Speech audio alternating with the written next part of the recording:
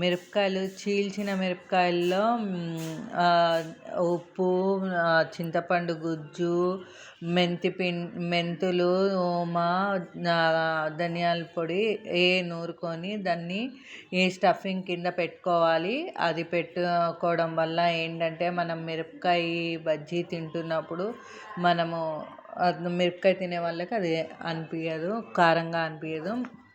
దాని తర్వాత శనగపిండి తీసుకొని శనగపిండిలో ఉప్పు, పసుపు,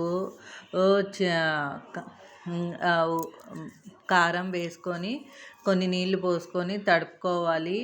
మరీ పలుచగా తడుపుకోవద్దు, మరీ గట్టిగా తడుపుకోవద్దు. మనము మిరపకాయకి ఈజీగా పట్టుకునేలా ఉండాలి.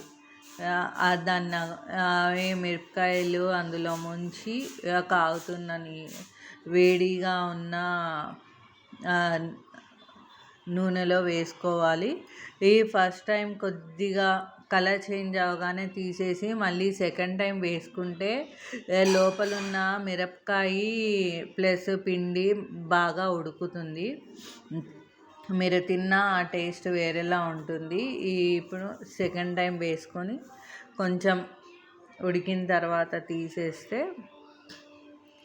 వేడివేడిగా ఈ వాతావరణంలో వర్షం పడుతున్న సమయంలో తింటూ ఉంటే ఆ టేస్టే వేరండి.